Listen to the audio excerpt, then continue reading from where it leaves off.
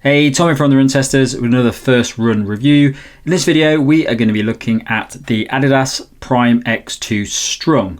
Now, these were sent to us from the guys over at Sport Shoes. We're not paid to do this review. We can say whatever we want, but big thank you to Sport Shoes for sending those over so that we can get a load of reviews done. Right, if you want to find out some more about this shoe, actually, you can go to the caption below and click on the link and get loads of information about things you might want to know about the shoe. Right, let's dive in and do the first run.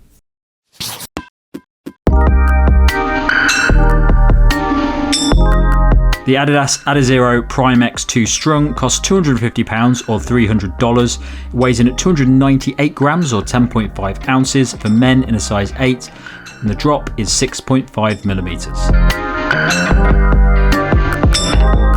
The Prime X2 Strung is a tricky shoe to classify. Despite having a 50mm stack height and 2 carbon plates, making it legal for use by elites when competing, Adidas has designed it to be a race shoe for recreational runners. Those carbon plates replace the previous energy rods found in the first version and sit within 3 layers of Lightsrike Pro foam. The upper is made from the same strung material seen in the first iteration, but redesigns it with a new sock-like stretchy section across the midfoot. There's also a slightly wider base to add more stability and an updated Continental rubber outsole to improve grip and durability. The fit for me in the Prime X2 Strung, I really struggled with the first Prime X Strung. I found it to be a really uncomfortable shoe. I got a lot of rubbing on the heel, and I really struggled to wear that shoe. I used it for a half marathon, and my heel was absolutely ripped to shreds at the end. And the main reason for that is that the original doesn't have hardly any padding on.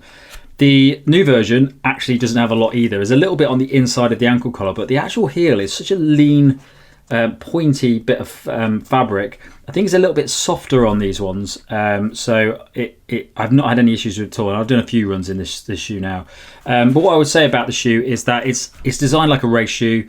It's very lean at the top, and there is a new sort of design on it, which is like a sock-like design. I found this to be a lot more comfortable. It's quite a restrictive shoe. If you've got narrow feet, you should be okay, but if you've got really wide feet, you might struggle with it. It's pushing the limits with me a bit. I don't have particularly wide feet, but it's pushing out on the side of the shoe for me, and I've not had any discomfort from it, but it's noticeable. So if my foot was a little bit bigger, I might have a major issue with this.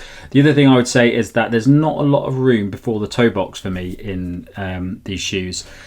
It feels fine. I definitely would go to my size in this shoe, which is UK size 8. So this is a UK size 8. But I would be wary of that. It might be that you might need to go up half a size in these shoes, just because there's not a lot of space in the forefoot. The other thing I'd say as well, and I find this on all Adidas shoes that I test, is that the upper section at the front seems to be very shallow. So my toes seem to push up quite a bit on the toe box of these shoes, and I've had issues with the Adidas Pro 3 where the tops of my toes really rub when I'm doing a lot of runs in them. I've done 3 runs in this so far, so I've done about 40k in this actually. It's the most I've probably done for a first run review, but I haven't had that problem with these so far. I do feel it pressing against it, but I've not had any rubbing on it, so keep that in consideration. So for me, I've had this in the UK size 8. It's definitely on the narrow side, which for me has been absolutely fine. But I think if you've got wider feet, you might find it a bit more of a struggle to get in to this shoe. In terms of the space up front of the toes, pretty satisfied. I found a little bit of rubbing on one side of my foot my first run, but my second run that I did, it was generally fine. It definitely kind of has this kind of midfoot lockdown and kind of narrows in to kind of give you that kind of racing style feel that you kind of want if you want to run a little bit quicker, and no kind of heel slippage for me. But I do think you need to work really hard to get good lockdown on the laces. I'm not really a massive fan of these kind of all-in-one tongues, and I definitely found a little bit of lace bite. I'll kind of point out where, so definitely not perfect for me, but I think, yeah, if you've got narrow feet, you should be fine. I think you probably go true to size, but you definitely have to play around the lace lockdown, I think, to get a good, strong fit, and it's not uncomfortable on the top of your foot as well. So as I mentioned, I have actually done 3 runs in this shoe this week, and the reason for that is just I'm training for a marathon. I've been doing a lot of runs, so by the time I got around to doing this video, I used it a few times. The runs that I've done in the shoe include an 18k run, which included 40 minutes at my 10k pace, as well as 10 times 1 minute intervals, and some slower stuff as well. I also did a park run in it today, where I got my second fastest park run, or second fastest 5k time, and I've done a slow 5k in it as well, which is just an easy run at 5 minute kilometer pace. Now, what I found about this shoe is that I wasn't a big fan of the previous version. I found it to be very uncomfortable. I got a lot of rubbing on it. I also found it to be massively unstable. The original one had a 50mm stack height, but it has a really thin midsole. And the problem I had was I raced in this. I did a half marathon in the original, and I was really nervous the whole way because I was feeling very wobbly when I was turning around corners. When I picked up the pace and I wasn't really looking where I was going, I was a bit worried about racing in this shoe. I also didn't really find it to be that fast. I found it felt a bit clunky for me.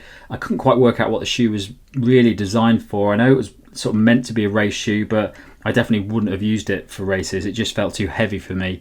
And the lower section of it as well has this big cutout bit. So all of that sort of plays into it being a very unstable shoe, and I didn't get on with it at all, and didn't really use it a lot after the testing. Now, the new version changes that a little bit. So it's got a much wider base on it, which is really noticeable when you're on the run. It's a lot more stable. It's actually adds a bit more foam into this section here, so there's not a big cutout section like there is on the original version. And what I've found about this is that it is a significantly more stable shoe, and I'm actually enjoying testing this quite a bit. When I did the park run in this morning, it was great. It felt fast. It really felt quite lively. It really rolled me forward. It felt like a race shoe. The earlier version, I just didn't feel that. It just felt like an unstable, clunky shoe, and I didn't really get a lot out of it.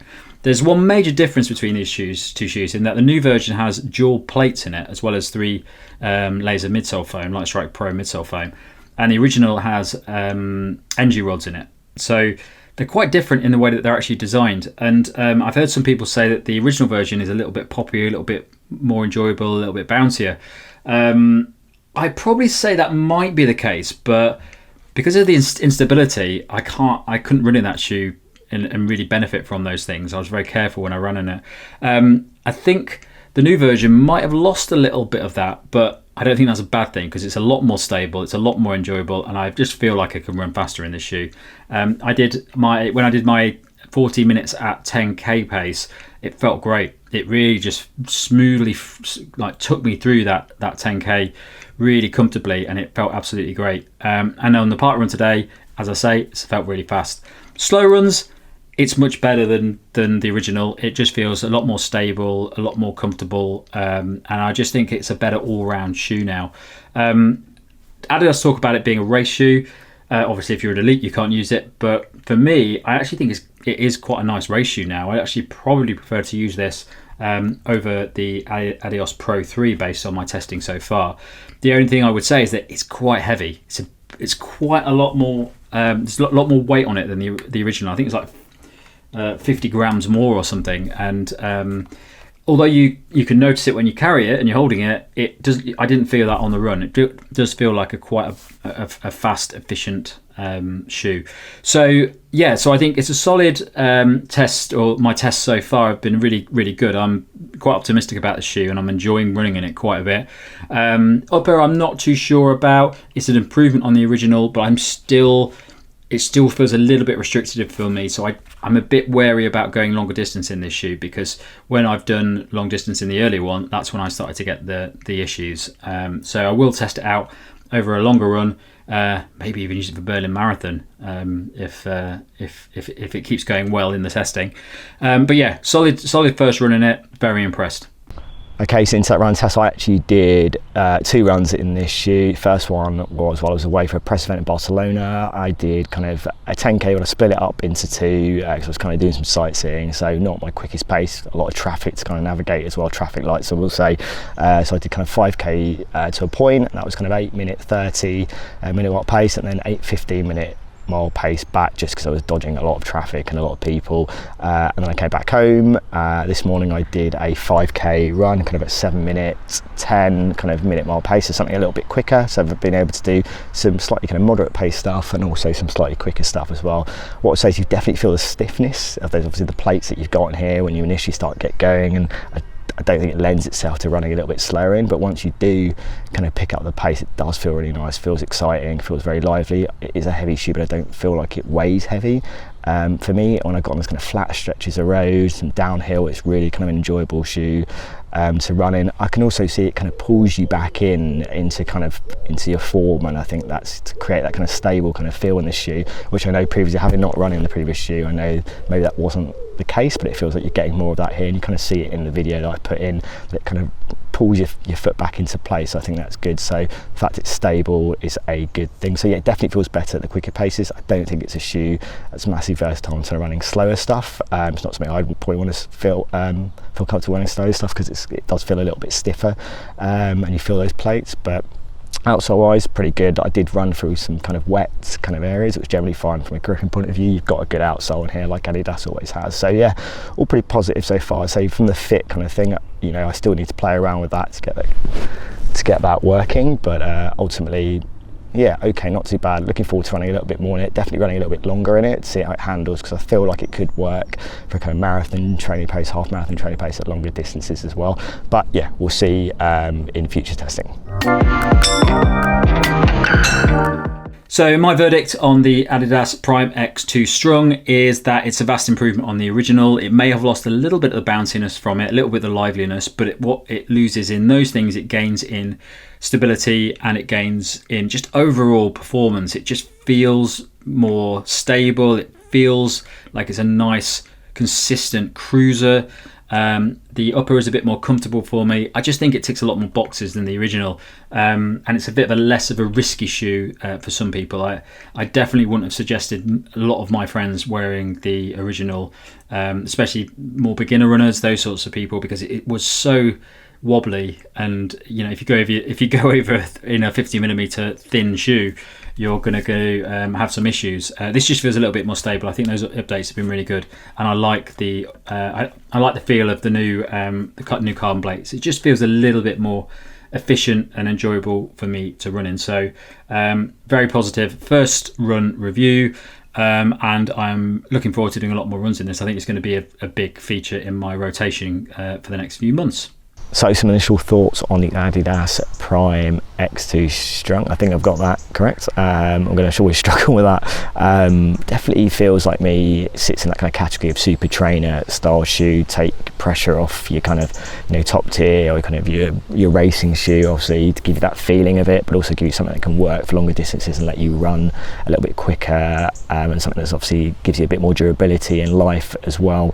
I think of the kind of big stacked super trainer shoes that I've used, things like the New Balance SC Trainer V2, the Saucony Convara Pro. This feels a lot nicer to run quicker in. I don't think it's one that you want to ease off in at all, but if you are looking for something like that, I say gives you a lot of protection, something stable. I definitely think it's one for more narrow feet, so definitely think about the fit there. And obviously I haven't absolutely loved that kind of all-in-one tongue as well in terms of that upper, but I can see when I've gone and run a little bit quicker in it, it does feel pretty good. It's expensive. Is it a shoe that I necessarily feel like I need in my rotation? I'm not sure quite yet, but I have liked it doing that kind of quicker stuff. So I haven't run in the previous shoe. This feels pretty good. I think if you were looking for a more stable version, something that can run a bit quicker, give you that kind of protection and comfort over longer distances and be able to run quicker in it, then I think there's a lot here to like.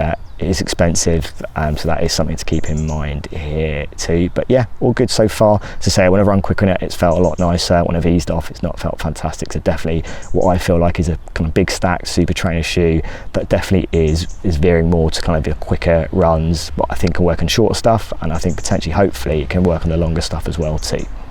That's it from us. Thanks a lot for watching this first run review. Don't forget to like and subscribe. That's really important if you can subscribe. I really appreciate that. And don't forget to check out the monthly podcast that we've got. If you go into the caption below, you can click on and listen to the most recent one of those. And as I said, if you want to find out more about this shoe, you can click on the link to sports shoes in the caption below and see what they've got to say about it. Thanks a lot for watching. Catch you next time.